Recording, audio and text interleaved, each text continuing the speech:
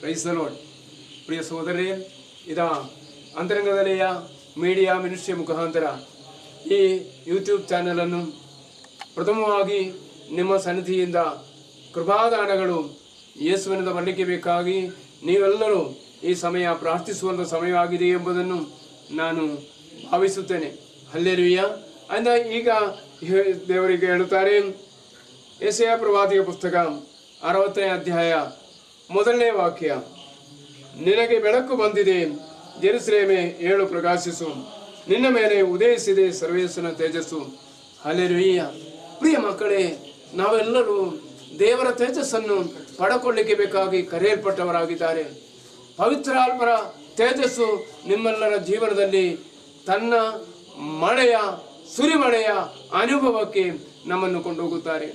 ಅದಕ್ಕಾಗಿ ನಿಮ್ಮ ಸಮಸ್ಯೆಗಳನ್ನು ಯೇಸು ಸ್ವಾಮಿಯ ಸನ್ನಿಧಿಯಲ್ಲಿ ಈ ಮುಂಜಾವಿನಲ್ಲಿ ಪ್ರಾರ್ಥಿಸುವಾಗ ದೇವರು ಪ್ರಕಾಶಿಸುತ್ತಾರೆ, ನಿಮ್ಮೊಂದಿಗೆ ಪ್ರಕಾಶಿಸುತ್ತಾರೆ ಎಂಬ ಅರಿವು ನಮ್ಮಲ್ಲಿರುವಾಗ ನಮ್ಮ ಜೀವನದ ಪಾಡುಗಳು ಕಷ್ಟಗಳೆಲ್ಲವನ್ನ ಈ ಬೆಳಗಿನ ಜಾವದಲ್ಲಿ ದೇವರಿಗೆ ಸಮರ್ಪಿಸೋಣ.